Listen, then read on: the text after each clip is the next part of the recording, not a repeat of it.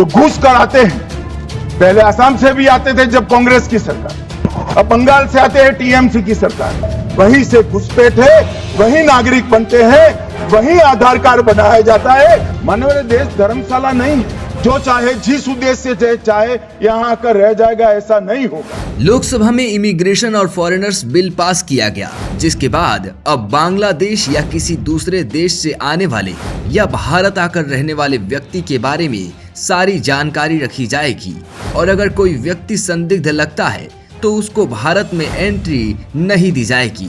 सदन में इमिग्रेशन और फॉरेनर्स बिल पर चर्चा हो रही थी। इसी बीच गृह मंत्री अमित शाह ने बंगाल की ममता सरकार को लताड़ दिया। अमित शाह ने सदन में कहा कि बंगाल से सटी बांग्लादेश की बॉर्डर पर तार फेंसिंग नहीं है, जिसकी वजह से बांग्लादेशी रोहिंग्या और उपद्रवी भारत में घुस जाते हैं। साथ ही अमित शाह ने कहा कि बंगाल से बांग्लादेश की बॉर्डर कुल 2216 किलोमीटर है, जिसमें से 563 किलोमीटर पर तार फेंसिंग नहीं है। इसमें 113 किलोमीटर में नदी नाले हैं जहां तार फेंसिंग नहीं हो सकती, लेकिन 450 किलोमीटर में तार फेंसिंग हो सकती है, पर वहां बंगाल सरकार फेंसिंग करने पर ध्यान नहीं दे रही है, जबकि अमित शाह ने खुद इस जमीन पर फेंसिंग करने के लिए लेटर भेजे थे। इसी एरिया से बांग्लादेशी घुसपैठिए भारत में आ जाते हैं। इसके अलावा अमित शाह ने ममता सरकार पर बांग्लादेश से आने वाले घुसपैठियों को आधार कार्ड जारी करने के भी आरोप लगाए और साथ ही कहा कि ममता सरकार के आधार कार्ड जारी करने की वजह से वो घुसपैठिए दिल्ली तक पहुंच जाते हैं, जिनसे देश की सुरक्षा व्यवस्था को खतरा होता है। सुनिए अमित शाह ने ममता सरकार पर और क्या कहा। मान्यवर, ये बांग्लादेशी घुसपैठिए हो या रोहिंग्याज हो, जो घुस कर आते हैं, पहले असम से भी आते थे जब कांग्रेस की सरकार, अब बंगाल से आते हैं टीएमसी की सरकार, घुस कर आते हैं। इनको आधार कार्ड दादा कौन देता है? नागरिक कहां के बने हैं? कहां के बने हैं? जितने बांग्लादेशी पकड़े गए 24 परगना जिले का आधार कार्ड और नागरिकता है मान्यवर। और ये जो आप आधार कार्ड इश्यू करते हो, वो आधार कार्ड लेकर, वो वोटर कार्ड लेकर ये दिल्ली तक आते हैं। आप उनको आधार कार्ड इश्यू न करो, आदमी क्या परिंदा भी पैर नहीं मार पाएगा। और दादा ये सब चीजें भी लंबे समय चलनी नहीं है।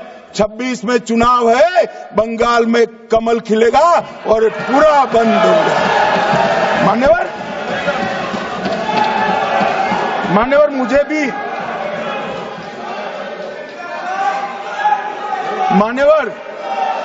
मैं आज कहना चाहता हूं, दिल्ली के चुनाव से मैं मौन रहा कि देश का सुरक्षा का प्रश्न है, तू मैं नहीं करना चाहिएगा। आज मौका भी है, दस्तूर भी है। इन्होंने सवाल उठाया, मैं बिल भी ये लेकर आया हूं, इसलिए मैंने देश की जनता को सत्य बताया है। ये 450 किलोमीटर जो आपकी कृपा से खुली रही है, वहीं से घुसपैठ है, वहीं नागरिक बनते हैं, वहीं आधार कार्ड बनाया जाता है और देश भर में फैल जाते हैं। अमित शाह ने यह भी कहा कि अगर रोहिंग्या या कोई भी बांग्लादेशी व्यक्ति भारत में आकर उत्पात मचाता है तो उसके खिलाफ भारत सरकार कड़ी कार्रवाई करेगी और साथ ही जो भी व्यक्ति इनकी हेल्प करेगा उनके खिलाफ भी कार्रवाई होगी। इसके अलावा अमित शाह ने कहा कि भारत कोई धर्मशाला नहीं है जो कोई भी यहां आकर रहेगा।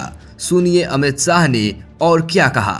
धारा 3 इसमें प्रवेश निषेध का प्रावधान है, सदस्यों ने इसका विरोध भी किया। राष्ट्रीय सुरक्षा या सार्वजनिक स्वास्थ्य के लिए खतरा पाया जाएगा, उसको प्रवेश की अनुमति नहीं दी जाएगी।